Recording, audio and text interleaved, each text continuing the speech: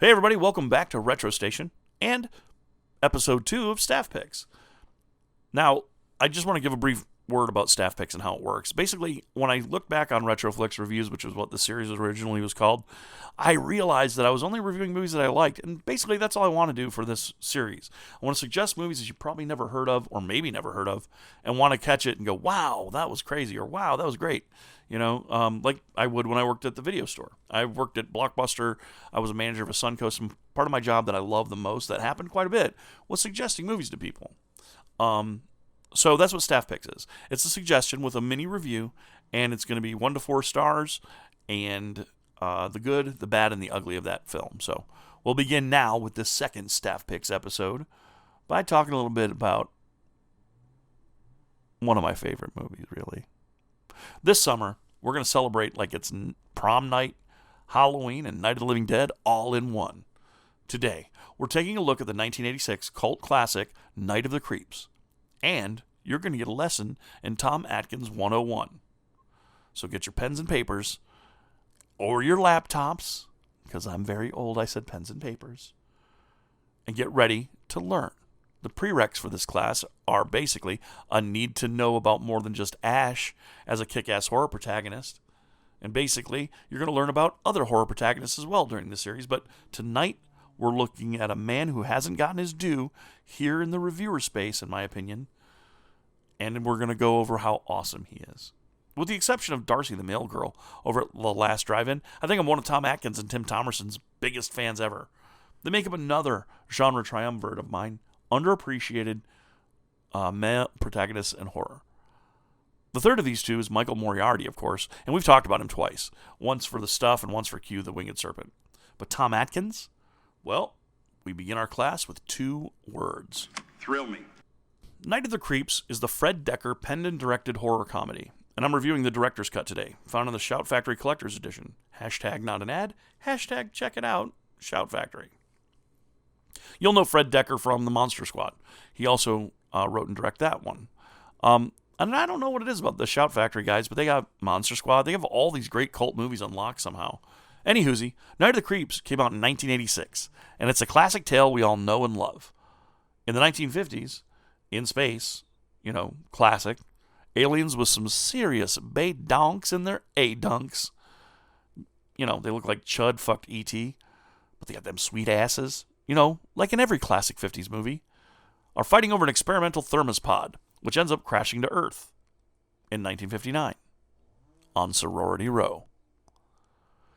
A pair of young lovers, like all 80s movies, every teen male is either 12 years old or a grown-ass man looking like he should be planning his future investments over a cup of very weak, warm tea. And every woman is 16 to 18 and is also a calendar model. In this case, the lovers are Pam, played by Alice Cadogan, who was in Beverly Hills Cop and Remington Steele, but most horror hounds probably know her husband more, and that would be Jeffrey Combs, star of Reanimator and From Beyond and a million other great things. Her beau is a chiseled piece of 50s manhood, Johnny, played by Ken Herron. This is his only role, according to IMDb, but it is a doozy. We leave the 50s with a tragedy. First, Pam is out with Johnny because she sees her current boyfriend, Ray, as a dead-end prospect because he's a cop. Wah, wah. Ray approaches a car to let them know that there's an axe maniac on the loose, and guess what? It's Johnny and Pam. Andy basically warns them about the axe maniac and then leaves dejected. And later, he ends up finding a soupy mess that used to be Pam after the pair go off to make out and end up chasing down this comet that they see fall from the sky. This has all the makings of a classic urban legend, like the axe maniac, the people in Lover's Lane, except for these guys, their big asses, and space slugs who turn people into zombies. So maybe it is more like a classic 50s movie than we'll ever know. Maybe I haven't seen every movie. So anyway, Johnny, taking on the role of boy adventurer, even though he's about 40 years late for that, leaves Pam in the car. Why leave Pam in the car? First, because it's the 50s. And second, because if Pam doesn't stay in the car, she'll never tune into the radio, which is also tuned to K-Plot, the radio station with all the plot, all the time. She won't know that there's an axe murderer so large and be nervous about it so that she can call out to Johnny, Johnny, I'm very nervous about this. Also, so she can be tragically axe murdered and Johnny gets a space slug in his mouth. I mean, come on, folks. This is basic movies. We then flash forward to Pledge Week 86, where we're introduced to Chris and JC, a pair of dweeby nerds who are rushing Phi Kappa Who Gives a Shit. Chris is played by Jason Lively, best known for his role in European Vacation, and if you're not tuned into how kick-ass Rusty Griswold was, please bear witness to the Rusty Griswold experience. Thank you.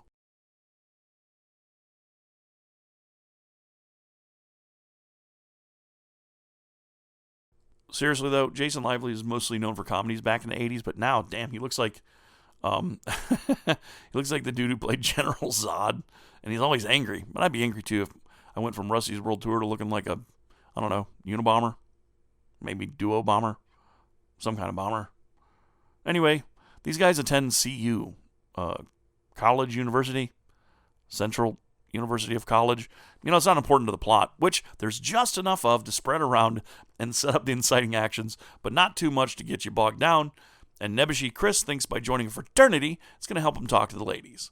Oh, and I was wrong. They're actually rushing Beta Epsilon Who Gives a Fuck, which has in its membership, by the way, no less than 14 Burlington Coat Factory catalog models. The leader of the frat has a hairline that doesn't suggest college so much as it suggests his ass has seen C-beams glitter in the dark near the Tannhauser Gate. The mullet to mustache and fatherly sweater vest ratio is frankly terrifying here. The frat, the betas, I just love that they're called the betas. And these two nerds are rushing the betas. That's wonderful to me. Anyway, the frat wants these nerds to steal a corpse and dump it on the lawn of a rival frat. You know, typical pranks. Hucksterism. Shenanigans. Oh, and the chick Chris likes, wah, is dating Roy Fratty. Our boys try to steal the cadaver and it attacks them. And this sets into motion the chaos of the Night of the Creeps. Now, before we talk about a little bit of the good, bad, and the ugly, and a little bit more of the plot, I just want to interject here. There's a scene with Ray. He's the detective. That's Tom Atkins' character, who's a giant. He's just amazing. And it's a dream sequence. It's really awesome. Like, it builds on itself so well. And I'm just going to say, keep an eye out for that. It's just one of the best parts of it. And I forgot to put it into the script for the good, the bad, and the ugly. The cadaver they're trying to grab is actually Johnny. He's in a frozen tube. They like break in. They don't know where they're at. And they're like, instead of looking in a morgue, they find a science lab and they find Johnny in a tube. And he and his slimy creeps, that's the space slugs that live in his body, begin a journey of self-discovery, thoughtful reflection, and murder, mayhem, and mischievous malice, and off-screen head explosions, and a dead cat. All of these, he and she-nanigans, the jackassery culminates in awakening from his immortal slumber, Detective Ray Cameron, the baddest badass on Earth, who is so over this. Once Ray Cameron brings his hard-bitten detective skills to the party, this movie takes off, and folks, I'm not going to ruin the ending or even the middle for you, but let me tell you, this one is a definite 4 out of 4 stars. Perfect cult movie. Here's the good, the bad, and the ugly. The good. Come on. Tom Atkins, first of all. Absolutely perfect.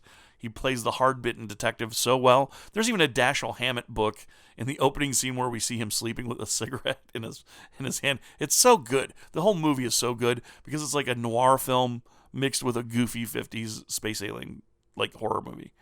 Anyway, we also got the crazy ass axe murder story as part of the good, Spanky, the zombies, and Thrill Me. Anything with Ray Cameron in a scene with Tom Atkins is phenomenal. And all of the horror related last names, try and catch them all. And if you can, mark it down below and you'll get a no prize from me. And that's actually a thing I'll send you in the mail. It's not actually a prize, it's just a thing. I'll send it to you in the mail. It will have a street value of roughly $10. It can't be worth more than I'm going to mail it for, so bear that in mind. But that could be as much as $16, I don't know. Or maybe even more. I do have a couple like Nintendos laying around here. I could probably get rid of some of my stuff. I've got so much crap.